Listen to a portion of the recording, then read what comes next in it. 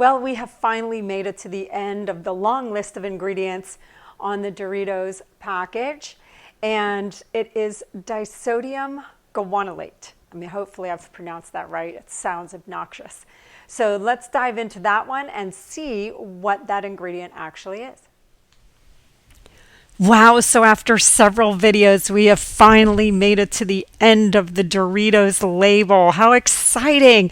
And we're ending it with disodium guanylate. So let's find out what that's all about. Also a food additive, obviously, another flavor enhancer. So why are they trying so hard to enhance the flavor of our foods? I think maybe some of you have seen, I know that I've been watching things on how they manipulate the food flavors so they'll keep us coming back for more and more. So this is one of those food additives used as a flavor enhancer.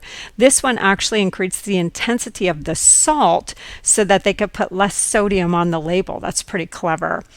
And it's usually paired with MSG. So if you see disodium guanylate on a label, there's probably MSG in there as well. So they create what's called a fifth basic taste. So it's like a savory flavor.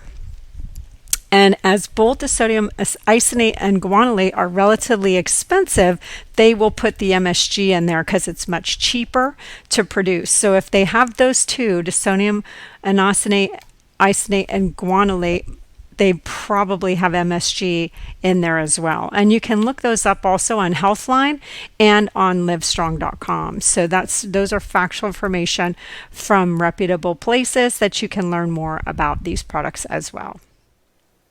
As you can see, the disodium guanylate is a really good friend of MSG.